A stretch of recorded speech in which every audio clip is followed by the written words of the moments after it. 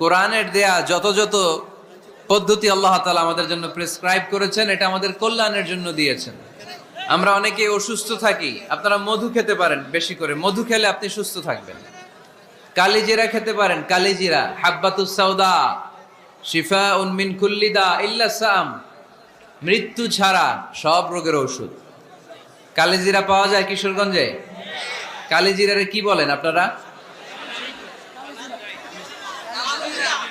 মাশাআল্লাহ, কালো জিরা। আপনাদের ভাষা অনেক সুন্দর। কিশোরগঞ্জ, ময়মনসিংহ, আপনাদের ভাষা অনেক সুন্দর। তো এই কালো জিরা আপনারা খাবেন, মধুর সাথে মিক্স করে খাবেন। সুস্থ রাখবে কে? আমি প্রায় বলি যে কোরআনিক এই মেডিসিনগুলো আপনারা খাবেন, মাখবেন, এগুলো অনেক ভালো। অলিভ অয়েলের কথা আমি প্রায় বলি। আল্লাহ রাসূল সাল্লাল্লাহু আলাইহি ওয়াসাল্লাম অলিভ অয়েল মাখতেন, জাইতুনের তেল দিয়ে দাড়িতে